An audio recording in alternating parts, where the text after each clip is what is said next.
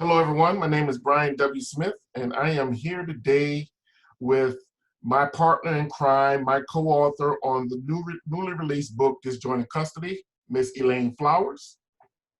Elaine, say hi to the people. Hey, everybody. Hey, Brian. Hey, Elaine, how you doing? I'm good. Today we decided to get together, and what we're going to do is read a couple of chapters from the new book. I'm going to read the excerpt. Elaine is going to start out, and after we finish reading the book and read these parts so that you can get a feel for the intensity of the book and how it really is the type of book that will grab you by the throat and won't release you until it's over. We want to give you an example of that. Elaine's going to start with chapter 2, and I'll follow up with chapter 3. And then after we're finished, we will answer, but we'll show you, we'll go through, take you through the process of how we got together and how the creative process unfolded. And hopefully you will enjoy this. I'm not going to take up too much of your time, but we hope that at the end of today's presentation, you want to run out and go grab this book because it's a good one. We really feel confident that you're going to enjoy it. So I'm going to be quiet, and we're going to let Elaine take the floor and get started with chapter 2. Okay, I'm going to set it up first. Of course, this is Disjointed Custody, and this is a custody battle. The book is about a custody battle between a divorced couple with a daughter. And I wrote Melissa, the wife's part or ex-wife's part, and Brian wrote Brian. I was gonna say Ryan, that sounds too close to Brian. Yeah, Ryan's part. And so like he said, I'm gonna read chapter 2, and he's gonna follow up with chapter 3, and this will give you a taste of kind of what's to come in this particular novel. I was on my 3rd shower since waking up that morning. Water as hot as I could stand it, suds sliding down my body felt so good. A shower before I ran 3 miles, a shower after I ran 3 miles, and another for washing off paint residue. As normal as it felt, I knew it wasn't. So I promised myself I wouldn't take another one until the next day. I'd had a great weekend, and it had been a long time since I felt that good. Met my deadlines on Friday, and with those 2 days to myself, I accepted a date with a great guy, and even got me some. I rearranged all the closets, painted Suni's room, and now I was waiting on her daddy to drop her off. As much as I loved having time to myself, I missed my baby when she was gone. But some free time was just what I needed. Will, my new man, had asked me out so many times, but honestly, I wasn't ready. I was still too angry to move on. If Ryan could fool me, then how could I ever trust a man again? I truly didn't see one sign that Ryan would ever be attracted to men. I just didn't see it. I thought things were good, not just good, but healthy between us. Hell, his face was between my legs mere moments before he was riding that dude's ass. Oof. 1, 2, 3. Anyway, I had a great weekend. It had been a long time since I had the attention of a man, and getting it made me move past some things. I had to admit I felt some type of way when I saw Ryan's condo. The mere fact he'd screwed me over so royally should have meant that hard times were coming his way. I fully expected God to rain down some serious Sodom and Gomorrah punishments on him. I wanted to see him regretful and struggling, but there he was, looking good, looking happy, and living well. So me getting some good sex lessened the sting. I still can't decide, excuse me, if the sex was good because it was, or because I hadn't had any in so long. I guess next time Will and I hook up, I'll know for sure. I stepped out of the shower, ran a fluffy white bath towel over every limb and crevice, and covered myself in stress relief body lotion from Bath and Body Works. I rubbed and inhaled, rubbed and inhaled. I heard my phone buzzing on the nightstand in my bedroom and raced to it. I didn't want Ryan to think I wasn't home and try to keep Suni. He requested more visitation time than the judge awarded him, and the last thing I needed was for him to decide to take me back to court, accusing me of noncompliance. I rolled over on top of my comforter, landing on the other side of the bed, only to find a picture of Mama staring back at me on the screen. "Hey, Diva," I answered. "Hey, baby, how you feeling today?" She was always worried. "Good. What are you up to?" "Just running around here. Suni should be home in a minute. Getting out of the shower. I painted her room. You know she loves pink, so I painted 3 walls pink and 1 bowl red, and then painted her dresser with the same red. She's gonna love it." "Wow, you sound like you're in a good mood. You okay?" "What do you mean?" "You've been taking your medicine, Melissa?" "Well, yeah." "Are you sure? I know you forget sometimes." "I'm great. You want to stop by and see Sunny's room? She should be here in a minute. I'm putting you on speaker so I can throw my clothes on." "You want to stop by?" "Maybe I will. I can't picture pink and red walls." I stood inside my closet, searching through clothes, yelling, "She's gonna love it. Maybe I'll put a pot of chili on." "You want some chili? Where's Daddy?" "He's still at his Mason's meeting." "Maybe I'll grill some steaks. I have steaks in the freezer. Only if he's coming. Do you think he wants steaks? He can come later." "Baby, you sure you're okay?" "I'm good, Mama," I said a little slower, and then exhaled. "Give me about an hour or so. I'll get my chili going, or steaks, I don't know. Sunny should be here, and I'll get her unpacked and settled in, okay?" "Okay, baby, I'll be there." Before I could say goodbye, the doorbell rang. "I think that's them. I'll see you shortly." I was still yelling in the direction of my phone. I pulled my wet hair up into a ponytail, slid a clean sweatshirt over my head, and raced down the stairs. I could see my baby standing in one of the double-hung windows on either side of the front door. I felt awesome, and I was eager for Ryan to see just how awesome I felt. Not that he'd care, but that wasn't the point. I needed him to see that he's not the only one doing just fine. I snatched open the door, snatched up my baby in a bear hug, and held my hand up, stopping Ryan from stepping foot inside. "Hi, baby." "Hi, Mommy. Did you have a good time?" I asked, but I really didn't want to hear her go on and on about how much fun she had with him. I took Sonny's bag from Ryan's hand and noticed the smirk on his face. I imagined him saying to himself, "This chick is so tit for tat, not letting me in my own house because I didn't let her in my new spot. Bitch, please, as if I care." Yeah, I was petty, and that bastard needed to know his ass didn't live here anymore. If I couldn't step foot in his new place, he couldn't step foot in here. "I had so much fun. Wait till I tell you where we went," Sunny started. I cut her off. "Well, wait till I tell you about the surprise I have for you." Ryan started. I turned to him. "What?" Then I remembered my promise to myself. "I'm sorry, did you need to tell me something?" I asked with a forced, warm smile creasing my lips. Ryan chuckled under his breath. "No, nothing that can't wait. I'll contact you later this week." With my face frozen in perpetual sweetness, I said, "Okay, just call me."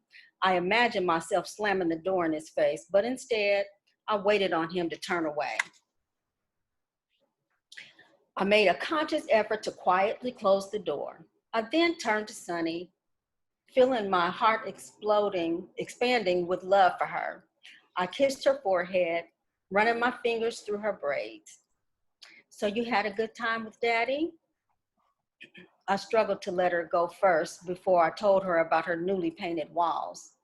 I took her by her hand and we bounced up the stairs. We had so much fun. We went to Dave & Buster's and I won all kind of prizes. And then I got to decorate my room over Daddy's and picked out a comforter and wallpaper in my new favorite color, lavender.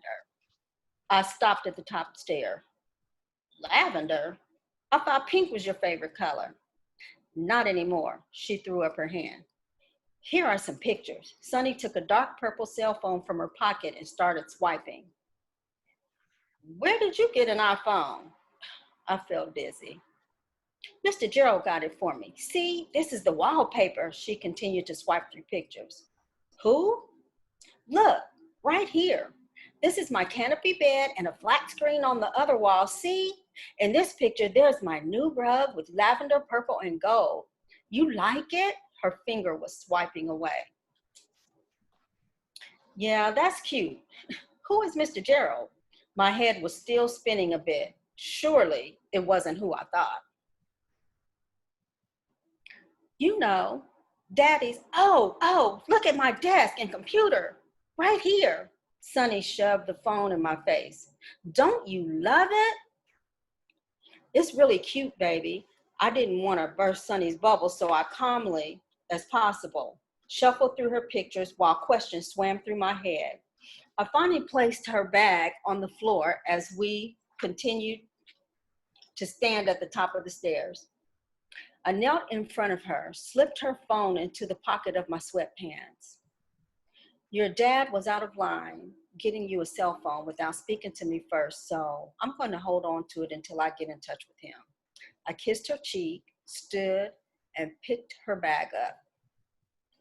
Now, for my surprise, seeing as I thought your favorite color was pink, I painted your room. I pushed in the door and presented her new room like a game show host. I wasn't sure if her mind was still on her phone, resting in my pocket, or she was simply not impressed with my redecorating efforts. What do you think? Suni stepped in, looked around, and turned to me. Can I have my phone for just a minute to call Daddy? He said it was okay for me to have it. She was, at the very least, disinterested in her new and obviously less spectacular room than the one at Ryan's home. Suni had never been a bratty girl, but I feared this kind of shit would turn her into a monster. And in that moment, I hated Ryan for it. I breathed in and out. 1, 2, 3. I said, I'll talk to him. And the corners of her mouth turned down and I saw her chest rising just before she interrupted me. Daddy didn't give it to me. It was a present from Mr. Gerald, she spat out. Who? Suni's eyes were on my pocket and I knew it was killing her not to have her phone returned to her. A single tear escaped one of her large, deep-set eyes and my heart dissolved into a million pieces. Mr. Gerald lives with Daddy. I think he's Daddy's husband. After I answered every painstaking question from Suni about her father being gay, I slowly backed out of her bedroom, turned, and made my way down the hall. I slipped her iPhone into my top dresser drawer and made my way to the bathroom, turned on the shower, and undressed. Chapter 3. Bumper-to-bumper traffic on I-75 that made weekday commuting more torturous than toothpicks propped inside of eyelids, much to my chagrin, was non-existent the morning I brought Suni back to Melissa. In fact, the interstate was as placid as a lake on a chilly day. As counterintuitive as this may seem, that was a problem for me. What I needed at that moment was chaos. I needed to be honked at and given the middle finger by an angry driver. The threat of my rear bumper being clipped by a teenager texting instead of watching the road needed to be real. Hell, even a second too long glance and wave from a man wearing a wedding band would have sufficed. Any distraction, big or small, would have been welcomed with open arms. The tires on my new Mercedes were built for speed, so conquering the middle lane at an 80-mile-an-hour pace was child's play. I allowed my head to sink deeper into the headrest and turned the radio up louder, but my thoughts of Suni wouldn't be denied. Echoes of her melodic laugh drowned out the music, blaring through my speakers. Her scent lingered in my nostrils. For the first time since my divorce, I felt my child would be better off living with me. I sat in the car for a few minutes and tried to corral my emotions before entering our home, but Gerald's instincts are razor sharp. He can sense when I'm upset from a mile away. I needed to look strong, act strong, and sound strong. Unfortunately, I was none of those things. My eyes were moist with tears. My breathing was sporadic. My hands quaked. I opened the armrest and fished for my medicine. One prescribed panic pill left. I swallowed it and shut my eyes until my emotions quit swirling and order was restored. Get it together, Ryan. You agreed to this joint custody arrangement. Suni needs her mother, even if she is a few sandwiches short of a picnic. Gerald was in the kitchen doing the dishes when I entered. You okay, he asked, not bothering to look at me. I'm fine. You took your medicine? What makes you think I need to? Because I know you. He dried off his hands and came over to me. You've been crying. How can you tell? I can see the moisture around your eyes and nostrils. He pointed to the living room. Go sit down. We need to talk. I did as I was told. I plopped on the sofa, and Gerald sat in the high-back chair a few feet away. What's wrong? I asked. Nothing is wrong. I just want to talk about something that's been on my mind all weekend. Does it involve Suni? Yes, indirectly. Mainly, it involves you. What did I do? You referred to me as your husband. I always refer to you as my husband. I know that, but I'm not sure if it was the best thing to say in front of Suni. You didn't even talk to me about it before you did it. Do you think that was wise? I think that's reality. We agreed that you'd meet her this weekend. Meet her, not introduce me as your husband. You're making more out of this than you need to, I said and rolled my eyes. Maybe. Gerald replied in that calm but intense tone he uses when he's serious. But that doesn't mean Melissa is going to be as nonchalant about it when she finds out. How is she going to find out about that? Gerald sighed and shook his head pitifully. Ryan, kids talk, especially kids Suni's age. They don't have filters. They say whatever comes into their minds. I'm not suggesting she's going to go back to her mom gossiping like some catty teenager, but at some point, Melissa's going to ask her about the weekend, and Suni's response is going to be unfiltered and look. I agree that Suni may say something that could hurt her mother's feelings, but I can't live my life tiptoeing around Melissa's crazy-ass moods. I introduced you as my husband. If Melissa finds out and starts feeling some kind of way, I'll deal with her reaction. Truth be told, Melissa will probably be mad once Suni tells her about all the fun we had at Dave & Buster's and IHOP, two places Melissa always hated. I'm through with it, Gerald said, and threw up his hands. He pressed his index finger and thumb together and moved them from left to right across his lips to symbol, zipping his mouth shut. Good, I said, and moved within inches of his face. Let me seal these lips with a kiss before you think of something else to say. Monday morning's rays slithered through my bedroom blinds and caressed my face. My eyelids fluttered and remained open just enough for me to squint at the clock on my nightstand, 7:06 a.m. I yawned and stretched my arms until life surged back into my dead limbs. I ran my arm over Gerald's side of the bed, but I knew he wouldn't be there. He worked in Arlington, an hour away, so he'd be gone for an hour by the time I opened my eyes. The consequences of being late for a mediation scheduled to start at 9 was enough to motivate me to get out of bed. By the time the clock on my car's dashboard read 7:54, I was turning off Lemon Avenue and merging onto busy I-75. During my 4-mile trek on the busy interstate, I encountered the angry, distracted, and flirtatious commuters I longed to deal with the day before. I swooped into the underground parking garage of the Century building where the Troy law firm, my place of employment, was located. Luckily, my favorite parking spot was available. I grabbed my briefcase and the bagged lunch Gerald made for me and climbed out my car. Your husband? The words echoed like a voice in a cave. I froze. My head swiveled, but I didn't see anyone. A chill raced up my spine. I looked for the security guard that was supposed to be on duty, but as usual, he was nowhere to be found. There had been 2 muggings in the garage within a 6-month period, so I had no desire to remain in that spot. I started to take another step, but my momentum was halted again by the haunted voice. Your fucking husband? This time the voice sounded closer. A silhouette emerged from between 2 SUVs, parked a few feet away from my car. The shadow materialized. It was Melissa. You introduced my child to your fucking husband. Melissa, I said and took a deep breath, hoping it would settle my heart rate.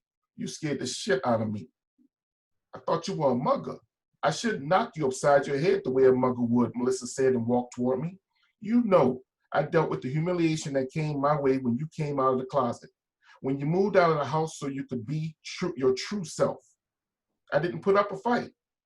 I swallowed my pride and let you go and do your gay thing.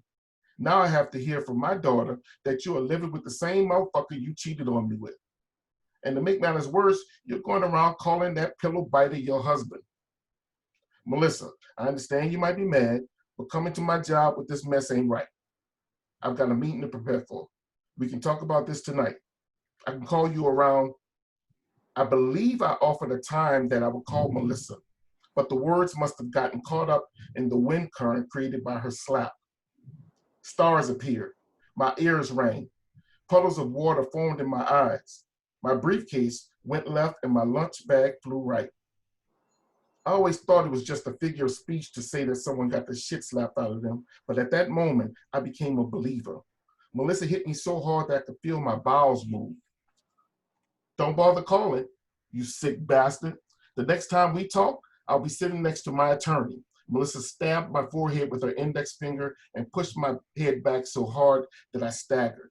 I'm taking your ass to court to get full custody. My first instinct was to try to grab her by a weave, but the pain from her blow was debilitating. With my jaw smarting, I watched my ex-wife spin on her heels and move with cat-like quickness. She slithered between 2 cars and within the blink of an eye, vanished just as quickly as she had emerged. Have you had something embarrassing happen to you in public and the first thing you wonder is whether someone saw it? That was me. Hoping to God none of my coworkers were watching with their cell phones aimed at me. I moved my head robotically from right to left. I didn't see anyone filming or hear any laughter, so I fixed my clothes, grabbed my briefcase and lunch bag, and clutched my ass cheeks as I scurried toward the parking garage elevator so I wouldn't become the first guy to literally have the shit slapped out of him. So seriously, I had somebody take a picture of that page and text it to me. So I am over here dying. So I think that those were some good 2 chapters to read without giving away too much, Of the but book, yeah. setting the tone for what's to come in the book.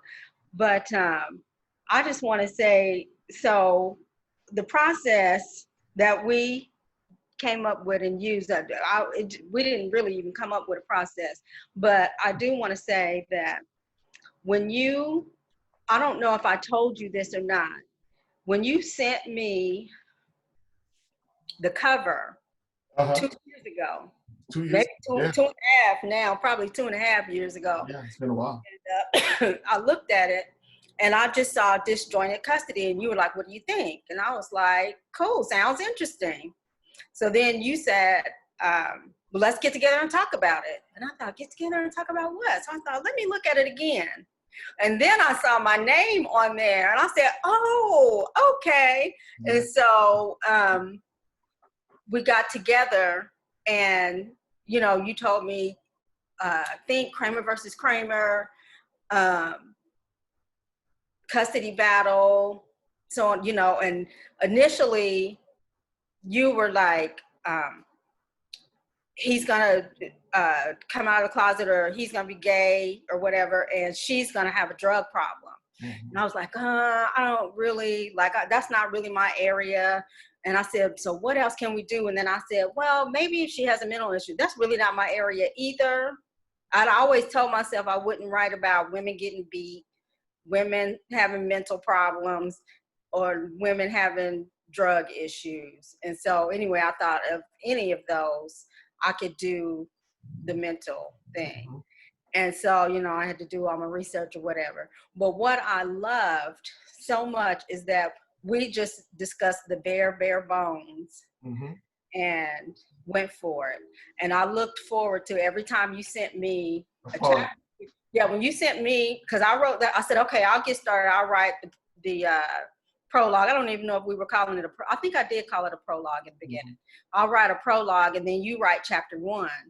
And when I got back chapter 1, I was like, oh, shoot, okay, I'm going to have to get my writing game up. Okay. Stop playing.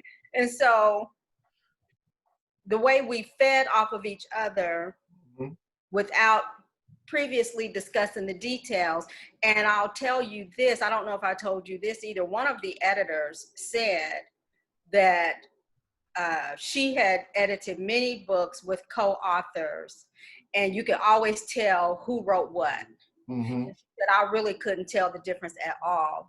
Just because I knew that, Ryan is writing the man and you're writing the woman. That's the only, she said, otherwise I really couldn't tell. It was like one person was doing all the writing, and I know that that's hard to do. So I just wanted Well, to. it's about chemistry. I want to, first of all, thank you for agreeing to even be on the book. You know what I'm saying? I have been sitting on that topic, disjointed custody, for years.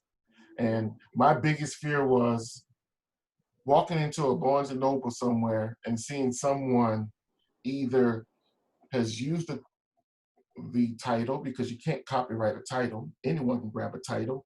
So I Right. said, it'll be just my luck. I'll walk into a store and I'll see this You damn see it. title. That was my first thought. My second thought was, if not that, someone will have a very similar version of the storyline. And at that point, you can't do anything. You just waste it. That the old saying is slow feet don't eat. And after about 3 or 4 years, I was like, this thing has cobwebs on it. I need to write this book. But I didn't want to do it by myself. Mm-hmm. And I was like, this book, I could write this book by myself. I have a lot of projects going on, but even more so than the other projects, I just think that this book would be more powerful if a female wrote the female version.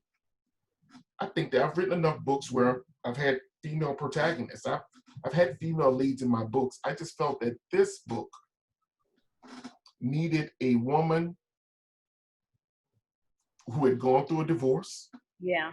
You know what I'm saying? Like, there are going to be some things that a woman who has lived this is going to be able to bring to the table. That doesn't matter how well I think I can write or how much research I do, I will not be able to convey.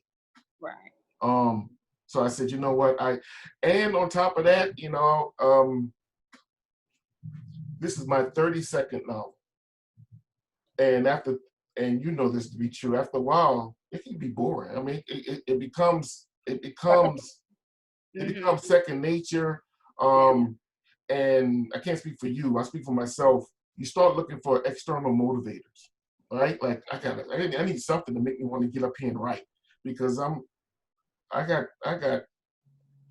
adult ADD, I believe. I'm all over the place. So I need to have something to keep me inspired. And believe it or not, the idea of writing a gay couple Mm-hmm. inspired the writer in me. Okay. And I was like, I've never done that before. This should be a challenge. I remember you saying that. Like, I've never written this kind of character. So Yeah, this. you may have a character, you may have a secondary character who happens to be gay, right? Yeah. But to have the lead, Right. Yeah. and to challenge myself to see how I've never written a gay couple. I don't, at the risk of offending some, I don't know how gay couples act. I'm sure they act like non-gay couples, but Well, that's what they say. right. So when I remember writing the opening scene, he was in the bathroom and Gerald's helping him get dressed. And I remember thinking to myself, well, and look, I guess it's my ignorance. I'll be the first to admit I don't know what I don't know, right? Mm-hmm. But here's what I do know. I remember thinking to myself, okay, you're just gonna have to write Gerald as if Gerald was a woman. Yeah. So whenever you're writing and there's a scene between these two, what do you envision a woman would do? Right. And when I envision this man being terrified of this moment of seeing his child and nervous, and I just envision a woman stepping in the gap, helping him get dressed, and even down to the scene where he's talking to the Melissa at the door, and Gerald slides something in his back pocket, a gift card. You know, so I just decided tackling this book that I would tackle it that way, and hope that it turns out okay. You know what I'm saying? But I think overall, I think what people will be surprised to know, Elaine, is that we had no script. There was no outline. There was, I mean, there was a. We didn't. It really, this was organic, and I had written a book. It wrote itself, didn't it? Yeah. I had written a book a couple of years ago with Keith Thomas Walker called Threesome, and that is the way we did it, with no script. I don't write. I don't really use outlines when I write. I just write. I let the characters take me and just do their thing, and I literally make up the novels as I'm sitting in front of my computer. I may have a narrative arc sketched out with these macro scenes and things that I want to touch on. But as far as a linear plot, no, I don't. I just write. And so whenever, much like you, whenever you sit me back your part, I'm eager to see, what does she do? Because I know I gotta make it connect. Yeah, I gotta make it connect. That worked. And I think it was like halfway through when I wrote the outline, because I was like, okay, we got to start keeping some of these facts straight. Now that was a problem. Yeah, this is her parents' names. This is what are the careers. I can't. People, let me tell you something. We were writing this book. Elaine would have to slap me on my wrist once a month, because I have the child 8 years old in this year, and 5 years old in this scene, and 10 years old. I'm all over the place. That is the downside of not using the traditional outlines and stuff. But also, I think one of the problems, at least for me, was that we were so busy doing other projects, and we literally, we worked on this for 2 years. Not because we couldn't figure it out, but because we were just busy. Yeah. And those time gaps, my memory, I can't remember what I ate for lunch yesterday. So trying to remember some of the details, I would forget, right? So that was part of the problem, is that sometimes we'd have a month and a half, 2 month gap in between writing, and I'm on to something else. I forgot how old this child is. You know what I'm saying? So that kind of stuff helped. But even with that being said, that the process that stuff is minuscule. I mean, those are that gets worked out. It gets flushed out later. It gets figured all out. But and I don't know if you know this, like when you would send your chapter to me, and if I wasn't ready to write, I wouldn't even open it. I wouldn't even take a peek, because I'm like, I'm gonna wait until I'm ready. So it might be a couple of months before I would actually open it. Excuse me, open it. Because I know as soon as I read it, I'm gonna be ready to start doing this. And if I don't have time to actually dive in, write the next chapter, don't even tease yourself, because the way you would portray the character I was writing for was so perfect and spot on. It would just give me exactly what I needed to get into the next one. And I know, like you said, I've been through a divorce. Of course, it was not acrimonious like this one, right. But it was acrimonious enough to where I could pull some stuff, take yourself back to. It's the difference between sympathy and empathy. You could empathize with this character, and quite frankly, I couldn't. I'm not a divorced woman. You know what I'm saying? But here's what you don't know, is that when it would take you 2 months to send that part back, that break enabled me to finish other books that I was working on. Yeah. Oh, I know. I'll be like, dang, Brian done because I'm usually writing 2-3 books at the same time. So truth be told, I wasn't tripping. I was like, take 2-3 months or whatever you need. Because now I can catch up on this other book that I got to get out. So I had so many moves, and I was ghostwriting a book for someone. So I was ghostwriting one book, writing my own novel, which was called Missing. I wrote a book called Missing last year. I was writing Missing. I was ghostwriting a book for someone else, and I needed the time, to be quite honest with you. Right. This It worked out. It this all worked worked out. out. Wait, this worked out the way it was supposed to work out. It really Yeah, did. it did. It really did. Mm-hmm. It really did. And And although we got together 2 years ago, it really worked out. It just goes to show you once again how God's in control. This God's worked out, timing is always perfect. always perfect, and it dropped when it was supposed to drop. It dropped at a perfect time in between books for everyone involved. You know what I'm saying? And it just worked. It just worked, and I thoroughly enjoyed it. And Same here. I'm so glad. I'm so glad you agreed to do Disjointed Custody. I was scared to approach you at first. I didn't know what you were gonna tell me. You know, so You said what? I was scared to approach you. I was Oh, scared. really? I sure was. Oh, no. I sure was. It was like, This was a great joint effort. I have to say it really was a great joint effort, and my first time doing it.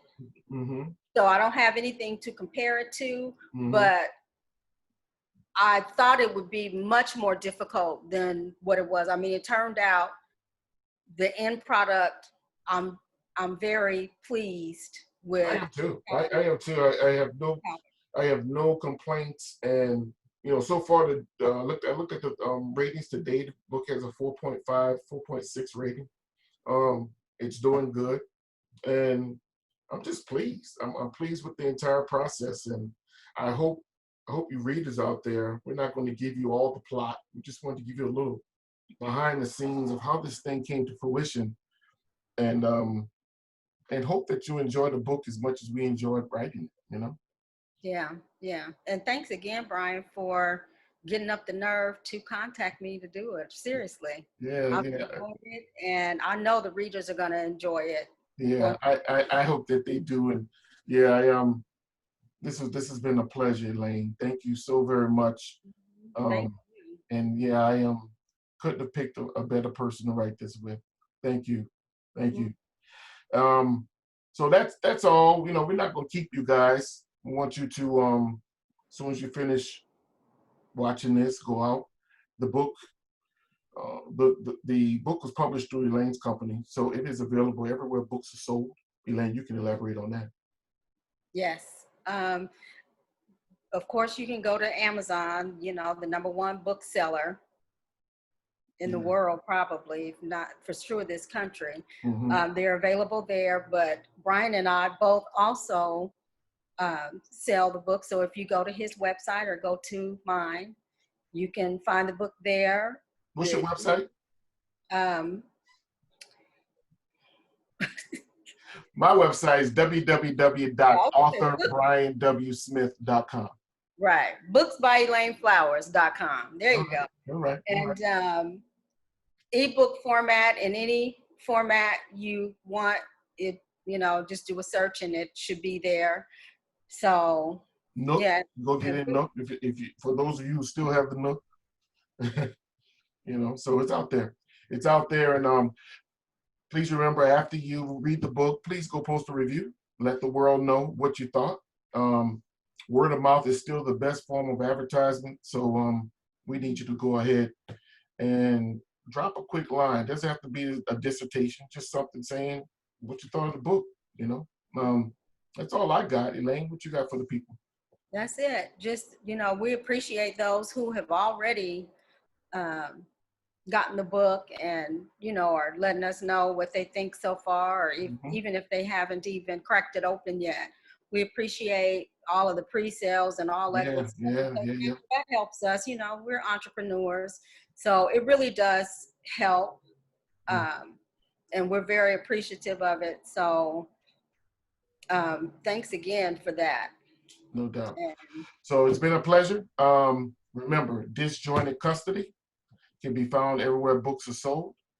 Yeah. Everywhere books are sold, go check it out. Disjointed Custody. Best-selling authors Brian W. Smith and Elaine Flowers. Thanks again. We appreciate you all. Thank you. Thanks, Brian. All right. Bye-bye.